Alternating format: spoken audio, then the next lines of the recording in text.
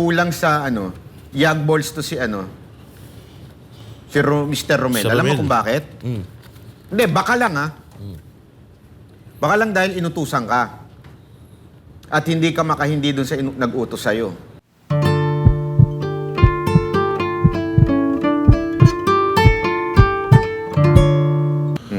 Kaya nga, alam mo, nagsalita rin si Senator Bato. Pakita natin yung statement ni Senator Bato para ano, ayan. Kasi sinabi ni Inday Sara Banatbay na isosoli ko pati yung 45 na pulis na ikaw mismo namili. Kasi yung mga security ko, tiwala ako dyan. Since 2006 pa 2007, nasa kanya na pala yung mga security detail na yan. Tapos babawiin nyo ng ganun-ganun. Yun nga Dali, magtataray muna ako, tagal ng picture. Yan. Nagtaray po kasi si Willie minsan pagka natatagalan eh. Parang gusto kong gawin. Attention, former PNP, AFP, who are good at unarmed combat and volunteering to provide security and protection to BP Inday Sara. Please sound off. Ang tindi ng mga... Ganito na ba tayo kahirap? Bayanihan lang, walang sweldo. Kahit na Pwede ba pulis kahit na lang. hindi pulis, si Boss Dada na lang, tsaka si Jay Guevara? Oo, pwede natin ibala yun. Payag ka ba dyan? Ay, ako Pag papayag hinarang mo ako. yung tiyan nun, bago umabot dun sa ang daming tabang dadaanan nun. Kayong dalawa na lang. Pero sobrang nakakahiya to, Coach Oli, na pag nakita to ng ibang bansa, sabihin nila paatras talaga Pilipinas. Hindi, tsaka tayo diktador paabang. yan. Sobrang pagkakadiktador ng gobyerno to. Panggigipit yan. Mantakin mo nasa batas, entitled ang Vice President natin para sa security detail. Takin mo, pulis lang ang kayang gumanito. Di ba hindi sa minamalit natin yung pulis, pero Vice President kasi ito eh. Tapos PNP Chief, so ibig sabihin ano to? Yung PNP Chief, mas makapangyarihan na kaysa sa Vice President ng Pilipinas. Pucha, nung huling pagkakaalam ko, sumasaludo dapat ang PNP Chief sa Vice President. Di ba? Kaya nga, Vice President, pangalawa sa pinakamataas na posisyon sa Pilipinas eh. Hindi pa nagsalita si Pangulong Duterte, si dating Pangulo, which is siya rin tinanggalan. Saka nakakita ng ganyan. Gawin mo sa Amerika, tanggalan mo yung dating presidente nila ng security. Si Pangulong Rodrigo Roa Duterte, tinanggalan din ng PSPG. Anong klase kayong sa totoo lang? Dati kasi may pulis dyan sa may labas ng village nila PRD. Oo, pero hinugot daw nga nila yun. Tinanggal nila yung mga yon. So, anong reason? Gusto nyo ba mamatay yung mga... Hindi nyo ba kayang talunin yung mga Duterte sa fair na laban? Hindi nyo ba sila kayang talunin sa fair na eleksyon? Kailangan nyo pa silang ilagay yung buhay nila sa bingit ng pagkadisgrasya para lang matalo nyo sila? Ganun ba gusto nyo? Ibang klase talaga sa totoo lang. Itong mga nangyayari sa atin ngayon, sa dami ng problema ng Pilipinas, kung mga walang kakwenta-kwenta tong inaasikaso Daming natin. problema ng Pilipinas. Nakafocus kay Pastor Kibuloy, nakafocus kay BP Sara, nakafocus sa KOJC, nakafocus sa Davao. Ewan ko sa inyo, kung iniintindi ninyo yung 5,000 projects, flood projects nyo nang sa ganon, pag umulan, hindi na naman kayo magmukhang tanga dyan. Asikasuhin nyo yung presyo ng bigas. Yung mga ganyan, yung may kinalaman sa lipunan at sa bayan. Ubusin niyo yung drugs. Nagsalita. Yun ang Oo, nagsalita tuloy ito isang netizen. Nasaan na si Manang Aimee? Wala ka bang magawa dyan? Isa pa yan, si Senator Aimee. ano naman masasabi ng senador? Vice President nga, binababoy nila, senador pa kaya. Yun, kapatid daw eh. Hindi, may nagtanong sa akin, anong masasabi mo?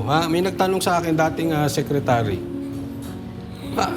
Ano masasabi mo kay Senator Aimee? Sabi ko, out ako dyan. Hindi ko type yan.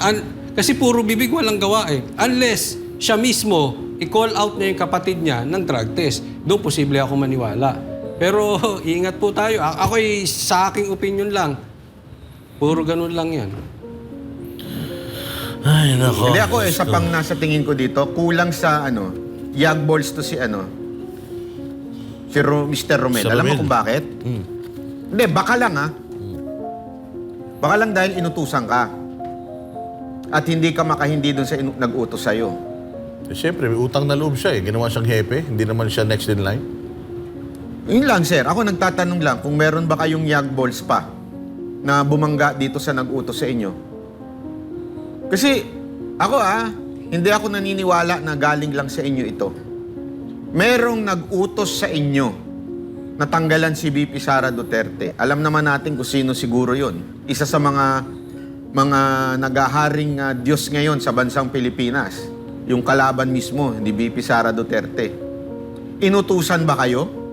Na baka tanggalan kayo ng budget? Bawasan kayo ng budget? At kaya hindi nyo matabla? Ako nagtatanong lang, sir, Mr. Marbil, Mr. Romel. Ay, sayang naman po yung pagiging general ninyo kung kaya lang kayong utos-utusan ng sino man dyan.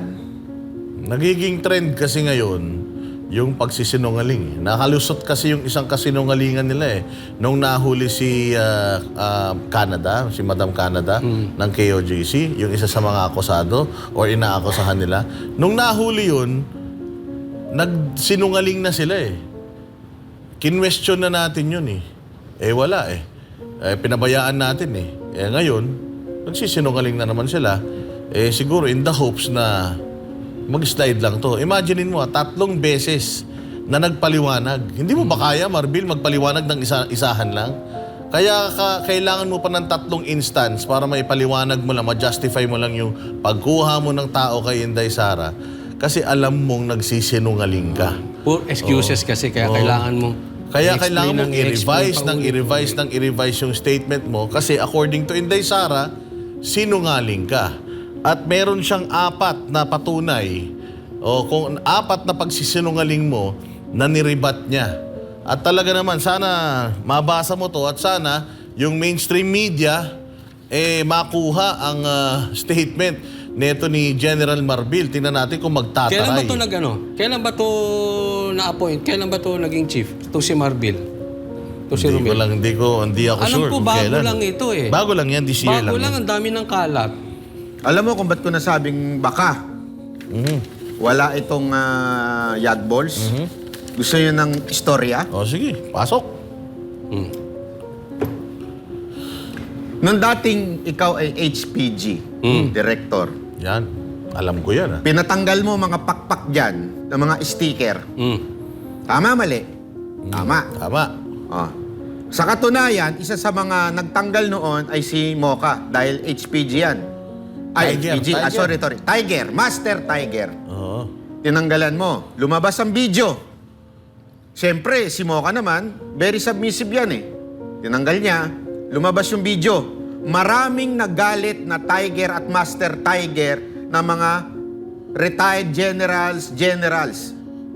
Ano ginawa mo, Mr. Marbil? Kinausap niyang personal. Pinatawag mo si Mocha at kinausap mo at humingi ka ng tulong magpaliwanag sa mga kapwa Master Tiger at Tiger dahil pakikinggan siya dahil nasa administrasyon siya ni Pangulong Rodrigo Roa Duterte. Dati may katungkulan pa si Mocha. Humingi ka ng tulong kay Mocha.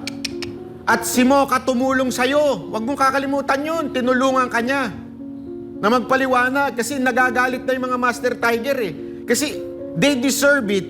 Kasi yung Master Tiger, medyo may pakpak ng konti yun Kamukha nung logo. kamukha nung logo ng HPG. Although hindi logo ng HPG. Pero sila nag-design nun Tama. At dito ka pa magtataka. Si Jet Li ayaw niyong tanggalan. Oy, sino yun? Bakit? Bata ni JBARC to? Dahil, ibig sabihin, dahil hindi ko sinabing batang bata. Ibig ko sabihin, dahil kaibigan, Bataan. o bataan, o barkada, kaya hindi nyo matanggalan. So, asan ang yag balls mo? Yung tanong lang, tanong lang po ito. Asan yung yag balls mo? Kasi yun nga, humingi ka ng tulong Hindi mo nga kaya ipaliwanag doon sa mga Master Tiger Kaya nga hininga mo pa ng tulong si Mocha. Tapos kay Jet Li ngayon, naka-expose sa TikTok yung tiger niya, hindi mo matanggal. Nasa windshield ng motor. Oo, tapos sasabihin mo ngayon, ganito. Ano na? Pero speaking of, kasi nung naging hepe ng HPG yan, nagpasikat yan. Ang dami nagalit. Oo. Kasi biglang binawal niya yung kusina, biglang binawal yung mga ilaw na extra. Nagagalit yung mga underbone riders kasi ang sinisita lang nung mga panahon na yon, sila lang na mga maliliit na riders. Ah, Pero do- yung mga riders na malalaki, yung mga motor nila, parang may exemption daw. Dati na palang double standard. Ano na to? Kumbaga, mahilig to magpasikat. Okay naman, meron actually batas ang merong batas ang LTO patungkol sa busina, sa ilaw. Kailangan yung ilaw hindi siya nakalagay dun sa mga moving parts. Pwede ka naman maglagay ng accessories na extra ilaw eh. Kailangan mo naman yun. Kaya lang syempre, pag bago ka, kailangan ka magpasikat. Ngayon, ganyan din ang ginagawa niya. Bago siya, kailangan niya magpasikat. Nagpasikat siya nung bago siyang HPG. Ang daming galit na galit sa kanya noon, pati yung mga kapwa natin mga riders. Tapos, pagpasok naman niya as PNP chief, ganyan, nagpasikat din. Sino ba tong Jet Li na to? Ito ba, kamag-anak ba ni Bruce Lee to? Hindi. Ito yung karatistang But anyway, April 1 daw na-appoint. So, ilang 4 na buwan. Oh. Ang grabe no, 4 na buwan, daming kalat. Hindi, tsaka takang-taka tayo, hindi to masyadong nagpe-press con before. Tandaan niyo, pwede na mag-artista si Jean Fajardo. Sa sobrang araw-araw, si Jean Fajardo na nagsasalita para sa PNP, putya, tinalo pa niya si Coco Martin. O ngayon, siya na mismo ang nagsasalita. At siya na mismo nagbibigay ng mga statement. O siguro talagang itong panahon na ito talagang Pero untouchable. titingnan natin kung may yagballs. Kasi sabi nga si Banat Bay nagsabi nun ha. Hindi, ako, Tingnan tanong kung may lang naman yagballs, yun. Kung may yagballs ha. Kung sasagutin niya yung mga sinabi ni BP Sara sa kanya. Kasi So far, wala pa daw eh. sinungaling ka daw eh. O di sagutin mo kung may yagballs ka. Baka mamaya ang sasagot na naman yan ibang tao, si Abalos. Kung sino man. Di ba? Sagutin mo si BP Sara, tingnan natin. Magkaalaman. Pero itong pangaharas kay Inday Sara, ano bang pinagmulan nito?